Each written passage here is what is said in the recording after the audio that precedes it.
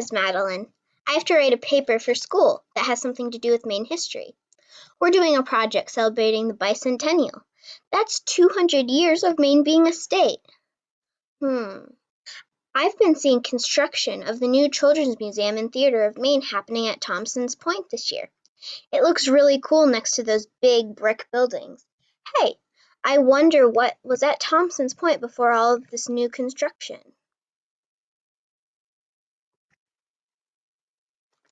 Brick buildings at Thompson's Point, Maine.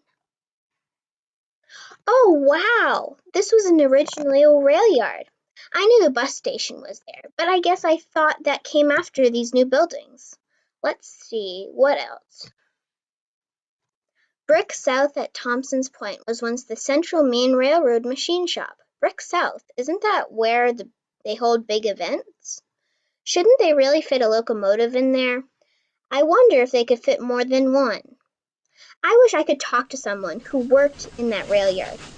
Hey, what's rumbling?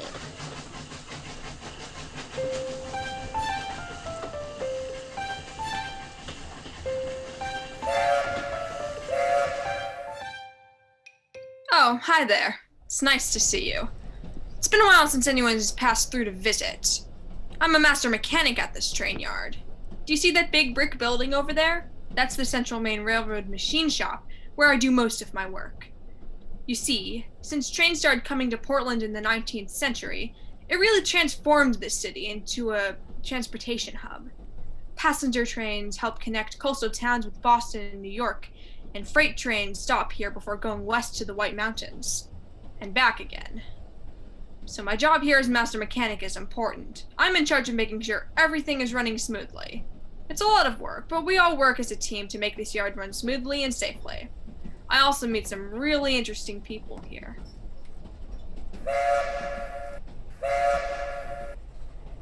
Wow, there's so much to see from here. I'm feeling kind of nervous though. This is my first time riding a train all by myself. I'm going to Boston to visit my grandparents. The last time I visited them was when we were saying goodbye to my big brother, who was leaving to go overseas. I felt really scared then too. It was hard to say goodbye and scary to think about what was happening in the war. I was even too scared to visit the trains again when he came home.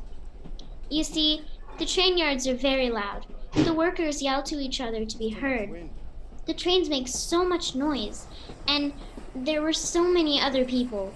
I normally prefer the quiet, but I like it now. I met a nice mechanic who explained all the different noises to me before I came on board, and I'm eager to read more about trains once I get to Boston. Actually, I'm starting to feel less nervous about this trip. Summertime is my favorite time. This is when my family goes on our big sporting camp vacation in the Maine North Woods. We come all the way from New York City every summer. I love watching the buildings disappear and get replaced by trees. These are the weeks when I've learned to hunt and fish with my dad, which is something we can't really do in busy New York City. We'll switch trains in Portland, Maine, then continue north. I met a really nice mechanic last summer in Portland. He pointed out tracks where cars can sit for repairs and explain how they get locked so no other cars can come along. Sometimes workers have to get underneath the cars. Boy, that must take some bravery. He also pointed out something called humps in some tracks, which is how they can disconnect cars to make repairs, or to transfer them to a different track. I hope the same mechanic is there, and I hope I see a moose this summer. Oh yeah, lots of kids ride on these trains. That was before, though, when more people relied on trains. Kids love trains, and I love talking with kids about trains. We have different tiers of jobs around here, and kids are curious about all of them. Let's see. We have car inspectors, blacksmiths, electricians, pipe fitters, machinists, boiler inspectors. Of course, it wasn't all just kids. Grown-ups and families rode the trains too. And grown-ups are often just as curious as kids about what happens in our rail yards.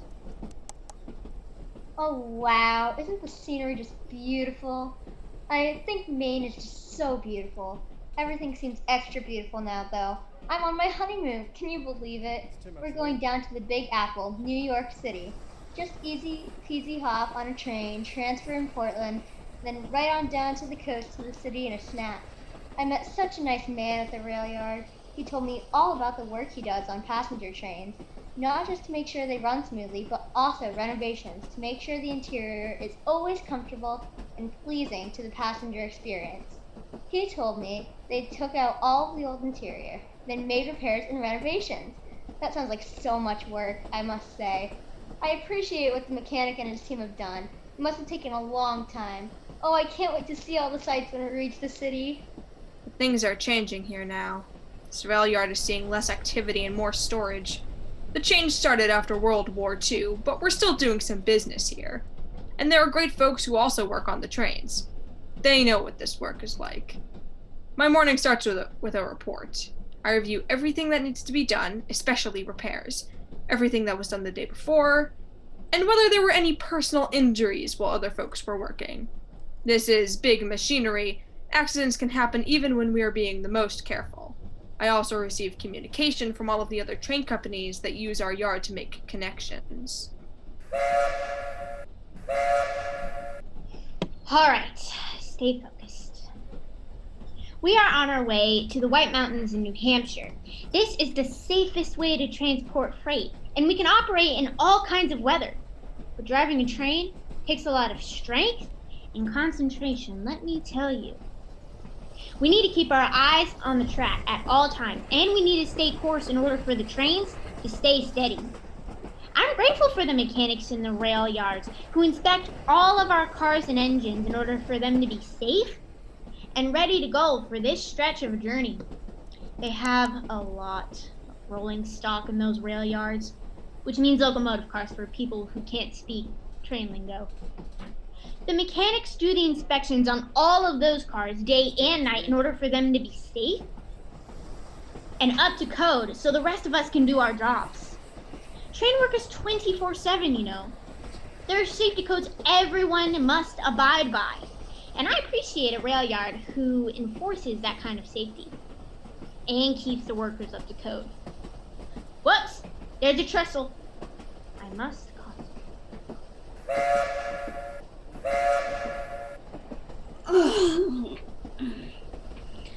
These trains run on paper. That's our motto anyway. First we transport the lumber, and then after we transport the paper from the mills. And coal, which is why I'm a little bit dirty. You can't just keep clean when you're working with coal. It's a lot of work. Let me tell you, this work is dangerous too. Well, transporting coal and lumber means we have open-top cars. I'm taking a quick breather before getting back to work. The head of the mechanics and chief car inspectors are doing a swell job, pardon the pun. But we rail workers operate it like well-oiled machines. While we work on well-oiled machines. Working on trains is a team order to get the job done. Yeah, I've met some great people over the years while I've worked in the rail yards. Like you! I'm glad I got to make a new friend. But now I should be getting back to work. You know, my job isn't just all about the trains. I'm responsible for the infrastructure of the yard, which means the electricity, power, water, and things like that. Not every day is easy. We have problems and derailments and surprises that happen, just like any other job. But I'm here to do my job to the best of my ability. And I'm doing my best when I get to work through these problems to find a solution. Hey, I hope you can come back and visit me again. Just hop on a train. I'd love to show you around more sometime.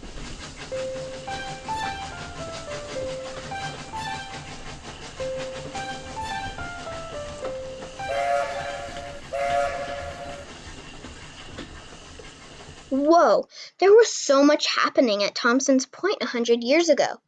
Hey, I know Amtrak is there now. I've never ridden a train by myself like the kids the train mechanic met, but if they can do it, I could too, right? Let's see. Hey, it's still really quick to get to Boston. I'm going to ask my parents about planning a trip to see my grandma there. I wonder if I can meet a modern-day mechanic with cool stories to share. But first, how about you out there? What parts of Maine history are you curious about? Where do you want to go next?